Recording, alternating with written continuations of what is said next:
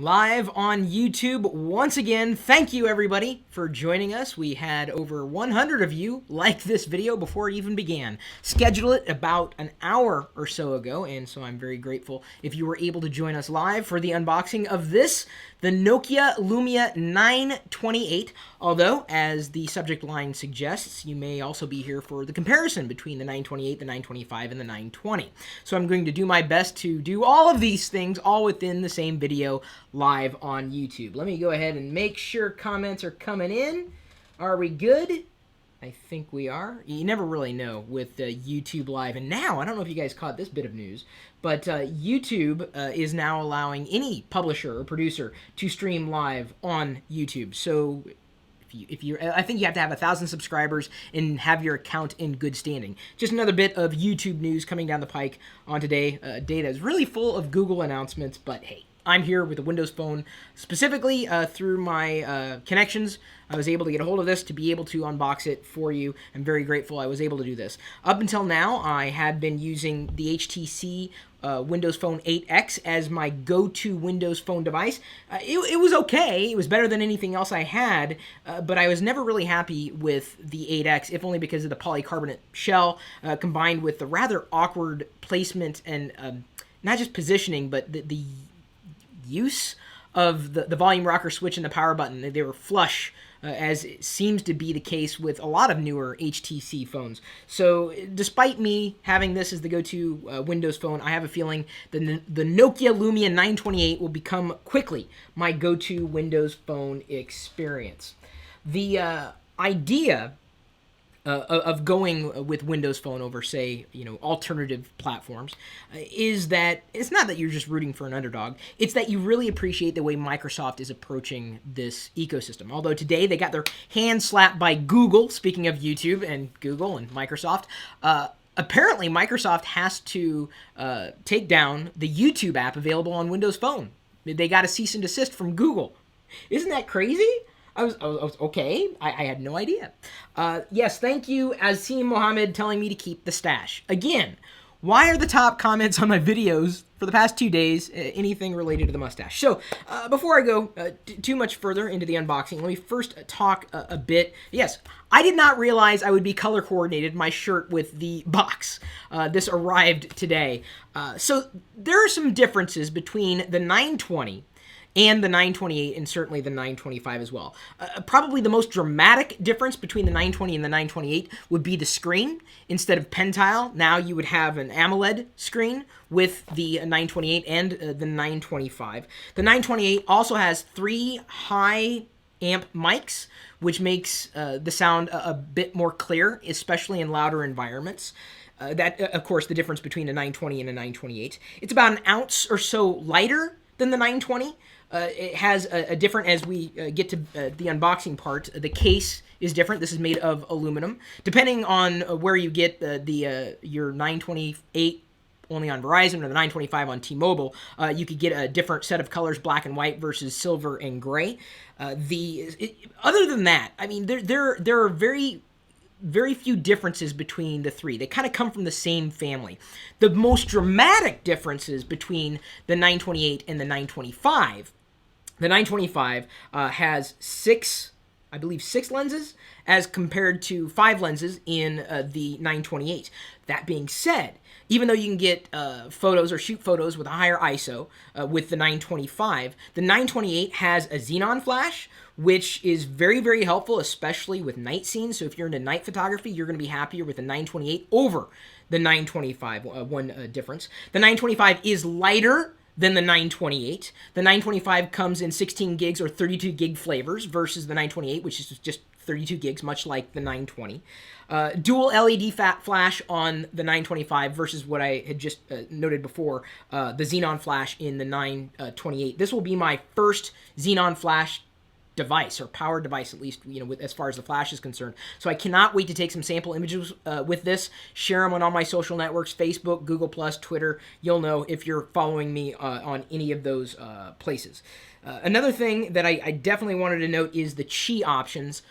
It comes built in with a 928, and that would be the wireless charging, QI, and I do believe it's pronounced Qi. correct me if I'm wrong. That's how I seem to remember it.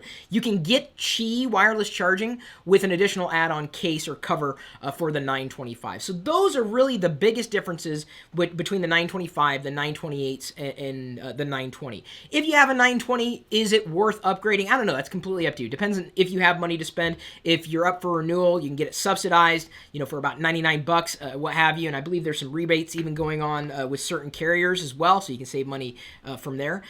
It depends. It really honestly depends. Is that xenon flash enough for you? Maybe. Is having 3 microphones with the high amp mics built in important if you talk in loud environments or you listen in loud environments? It's up to you. Is that screen difference going from pentile to AMOLED, is that going to be a huge difference? Well, it might be. OLED is very, very nice. So I would never take away from that. Is there a blanket answer to that question? Should I upgrade? It's completely up to you. I just wanted to lay out the options, the specifications, as it were. So as I said, this is the Windows Phone. Well, one of the Windows phones, not the Windows Phone, keep in mind. The Nokia Lumia 928. Inside, we should find the USB charger, I would hope, the data cable, micro USB, assumedly, a quick reference guide, product safety, blah, blah, blah, and a global support brochure. So let's go ahead and slide her open. Easy. Look at that. There's Verizon's logo. Gotta be careful. Here comes the unboxing part. The part which you might have showed up for. I never know. Oh yeah, SIM card there. And there she is. Kind of blocky. It's my first impression. This apparently is the white variety. As I said before, the other option would be black on Verizon with the 928.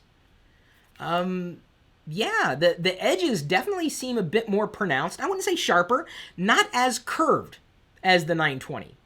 So it's just something to note. Feels sturdy, does not feel cheap at all. Not super light, but not super heavy, kind of in between. If I were just to do a weight test, just to give you a gauge, differences, there's the 928. The 8X is definitely a hell of a lot lighter, but hey, it's a polycarbonate case there. The 925, as I said, would be lighter than this. This is about an ounce lighter than the 920. So if you thought the 920 was light, you're going to think the 920 is even lighter, because it is, empirically speaking. So we've got a sticker up front explaining a little more about where all the buttons are positioned and the different features on this particular phone. It's here. Yeah, it makes sense. Camera key, power lock, volume, the charger or USB port on top. In fact, I believe everything is on top. On the bottom, nothing. On this side, nothing. On this side, there's the camera button, the volume rocker switch, and on top, everything else. Which is kind of nice. You don't have to fumble. You just know you can just go right to the top and not have to worry about anything else. And I believe your SIM tray, yep, your SIM door. They call it a SIM door. I always called it a SIM tray. Maybe it's just me. Then you've got the headset jack right up there, as well as what would likely be one of the microphones, the little pinhole there. Checking comments. Since I do this live, I like checking the comments in the YouTube feed just to make sure I'm answering questions as they kind of come in. I just went to Lowe's. Okay, thank you, Samuel. Let's try to keep it on topic. This is why I try to read comments that are worth reading. Sometimes I catch a doozy. All right, let's go ahead and remove the sticker and boot her up. Oh, look at that. I thought I was going to eject. I thought I was going to remove the sticker by pulling this off. No, I ejected the SIM door. I think that's a distant cousin to Simba. The SIM door can pop open there. See if I can get it back in the right way. I could insert the SIM, but I'm not going to worry about that right now. There we go. We'll just pull that away. There's the screen. Look at that screen. Beautiful screen. Wait till we boot it up, and we will do that. Have no fear.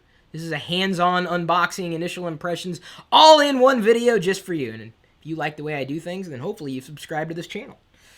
See here, up top, we've got the Nokia label. It's not really a label. I guess it's just their... it's their logo, Nokia, and then the Verizon label or logo right above the screen. At the bottom, we've got the back button, Windows button, and the search button. So it's like a standard phone. I'm not exactly sure why there's so many. It feels like NASCAR to me already. So many things to look at right there on the front of the phone. So I'm going to go ahead and boot her up for the first time, give you first peek here.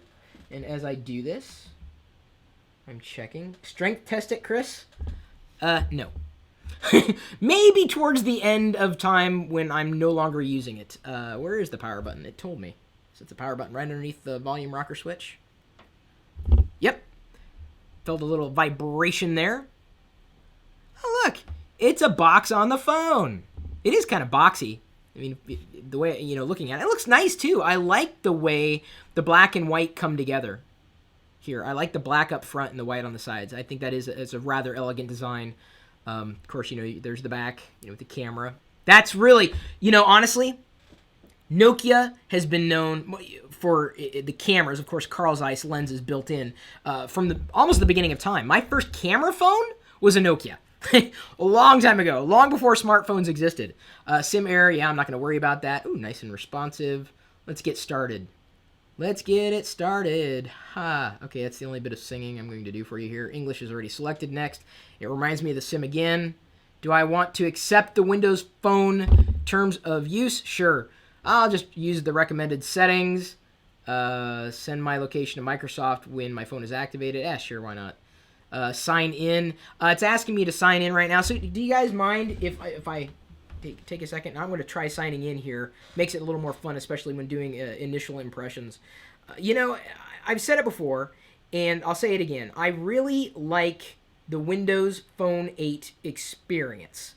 And I think Microsoft's making the right moves. In fact, I was really disappointed when Microsoft announced Windows 8 and Windows RT, and specifically the Surface. I was hoping they were going to take the Windows Phone 8 experience and blow it up into a tablet experience. That I would really like to see. I shouldn't hold my breath, but I would really like to see that coming down the pike from Microsoft, or Redmond, which is right around the corner from where I live. I live in the Seattle area. I don't know if you knew that. All right, let's see here. I think I get everything okay. Can't connect. Oh, you know why I can't connect? Because I haven't connected to Wi-Fi yet. If it knew I didn't have a SIM, why wouldn't it say, hey, why don't you get on this other network instead? Setting up your phone. A few more apps need to finish. Okay, I've been in an initial setup before where Microsoft's done this or Windows Phone has done this. It's setting up apps. Why didn't you do that at the factory, man? It's like, really? You're installing things that you've already installed. Okay. I think Microsoft still wants this to be a PC. Oh well, I'm rooting for them. I'm hoping they can succeed. I posted a poll in the free Locker Gnome app for Android and iOS, although right now Android users are waiting for an update for that. I don't know if you guys knew that. Locker Gnome had a free app available. Want it to come to Windows Phone. Unfortunately, the service I use is not supporting Windows Phone at this time, mobileroadie.com. I still love them, and the free Locker Gnome app is free on iOS and Android. So, did you guys get the push notification that I scheduled before? Let me see if I can find my... I've got too many phones around here. Hang on, there's still... Okay, you wanted me to drop it. There you go. It's got some grip to it. It doesn't feel like it's going to slide out of my hands, but you can definitely feel the weight when you're holding onto the phone like this. I know I had another phone here somewhere. My wife just texted me. She was in a tornado. And it's still getting set up. Okay. Who took my phone? Someone took my phone. Do you guys see it anywhere? I'm not even joking either. No, it's my vlog camera. There's still a thing with the... Okay, I guess I can't find my other phone. I'm just going to hold this up and let you know that this Locker Gnome Daily Report was brought to you by GoToMeeting with HD Faces. It's how I meet with my team online with GoToMeeting by Citrix. You can collaborate in HD video, and your team stays on the same page by sharing the same screen. Just turn on your webcam. Still waiting. You can launch or join a meeting using your computer, phone, or tablet. Even present from your iPad. That's not a dirty word around here. And, if you want to try GoToMeeting like I use GoToMeeting, I use it to connect with people I work with. Locker Gnome or Vlogger Fair. Did you guys know I'm holding a YouTube event in Seattle, June 8th and 9th? You should come in person. But I'm meeting with my team using GoToMeeting virtually because we can't all fit into my office. You can try GoToMeeting free for 30 days. Head over to GoToMeeting.com, click the Try It Free button, and use the promo code Perillo. Plus, one of you is going to get this Logitech B525 HD webcam and the opportunity to have a 30-minute face-to-face go-to-meeting with me that will also be shared in this YouTube channel. All you have to do to enter is head over to Twitter and tell me what you would like to talk about if we were to do an HD Faces go-to-meeting, face-to-face, you and me, in this channel. We'll do that, or one of you will. So propose your idea on Twitter using the hashtag Parilla Webcam and the hashtag go-to-meeting to qualify if you've ever wanted to talk to me about whatever. And it's still setting up the phone. At least, you know what they could have done? Here's a suggestion for Windows Phone 8.1 or 9 or whatever. Hold music. Why not play some Bach or Beethoven? Oh, we're done. All the apps have finished installing. No, wait. We're almost done. Okay. Just about done. Oh, they're going to set up wireless backup services. I'm not going to do that, obviously. Not now, because it's related to Verizon stuff. Privacy, caution, automatic phone updates, absolutely all done. Done! Done. And there she is. In singing glory. Phone restart required. Okay. That was fast.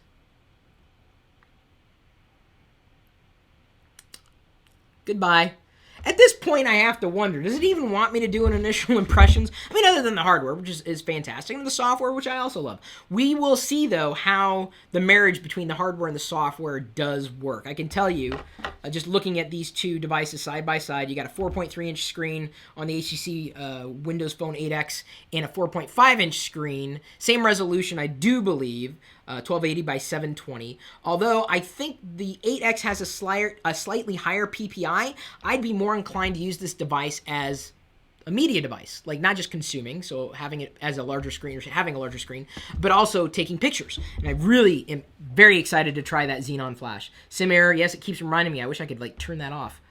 All right, scrolling up and down seems clean enough. When I'm scrolling with my finger, it almost seems to be dropping some frames in the scroll, which I'm not really accustomed to. Once I let go, the scroll itself is smooth. Once I tap and scroll off, very smooth. But if I scroll while holding down, it's a little jittery. It's jank. I don't know if that's going to be prevalent, as it may be doing stuff in the background. I have no idea. As time wears on, I will know more. Screen is definitely vibrant. It is definitely bright. Let's go ahead and see if I can find the camera icon somewhere here. Do you guys see the camera icon? This is the problem, and I've mentioned this before, when I've customized so many different devices, I put icons in different places. Found it. All right. Do you want the camera to use your location? Sure, why not? Tap. Bam. There we go. And let's scroll that way. Took a nice little photo there. Pretty quick. Seemed to do pretty good. I mean, just holding it steady. Not a lot of blur, not a lot of glare, especially where there happen to be other lights. That's a pretty good job, just for holding it and pointing and shooting. Because that's what you're doing. You know, you're running gun, you're pointing and shooting. Not everybody has time to set up the shot, right? You just want to point, shoot, and be done with it. And so it seems that the lens has captured enough light to minimize the amount of blur indoors, just in that quick shot that I took. So heading back to the home screen. Is there anything else you guys would like to know before I go ahead and close this out? Is it comfortable to hold? Glad you asked that question. I'm holding it like this right now. I mean, obviously you would not twist your arm to hold the phone, but I'm just showing you that it's resting right here in my palm, and I can say that I probably wouldn't want to hold it like this way for long. It's almost large enough to enter phablet territory, as a matter of fact. Let me grab one of my recent acquisitions. Where'd it go? Here we go. Okay. This one, the LG Optimus G Pro G. Didn't I say that was a drinking game if I got the name wrong again? Unboxed this live in this channel the other day. Love this device. Yeah, okay, so not exactly phablet-ish, but it's pretty large. It's a large phone. You know, I can't really compare the two. If only because one's running Android in a customized version of Android, and the other one's running Windows Phone 8. Yeah, things keep falling out of my hands. It's large. It's comfortable holding like this, I think, and I could hold on to it like this for a while. Although, you know, it is starting to feel not heavy, but I've definitely held on to lighter devices, largely because of the body or the construct, the actual chassis. And you know, if you use plastic, it's going to be lighter. If you use metal, it may not be as light. So yeah, it's starting to feel heavy now. Holding on to it for a while. Yeah, those sharper edges. It's not sharp. They're not sharp. They're sharper. Not as curved as the Nokia Lumia 920. And you know, I've had a Nokia Lumia 820 and a 900. I believe it was those two. Check your pocket for phone. I did. Thank you. I was checking. I got my wallet in my pocket. Thank you for saying that.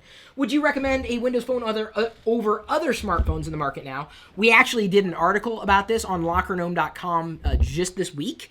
Someone switched from Android to Windows Phone, and while he misses some things about Android, he's happier with his Windows Phone overall. You know, if you don't get hung up on the lack of apps that are available on Windows 8, and that is a distinct, you know, possibility. You may be frustrated that you can't get to the apps that you want to get to. I think Google's done a better job, you know, approaching the ecosystem the way they have compared to Microsoft. And they're really kind of in the same boat. This thing keeps dinging, and I don't know why. I'm not online, so it's warning me of something else. You know, if I wasn't someone who lived, you know, across all the platforms, it would be compelling for me to look at Windows Phone 8 on a good device with good hardware, good camera. It'd be very... Wait, it's my LG. It's the other phone that's talking to me right now. That one is online. Probably warning me that people are circling me on Google Plus now that they've updated the... Yes, shut up. They updated the interface today. You know, it's compelling. The Windows... To answer your question, is I kind of like waddled through it. But switching outright is difficult to do. When you're trapped... Okay, hate to say that word, but when you're locked is another bad word. When you are in one ecosystem over another, you've bought apps, you've you know, used their services. It's difficult to make that leap. So if, like, let's say you use Google's All Access for music, well, that's only available at this point on Android. They're not really adopting Windows Phone 8. So if you like Google, I don't know if Windows Phone 8 would be for you. If you don't mind, you know, not living inside of Google, or a smartphone is just a smartphone, then yeah, I think it's compelling.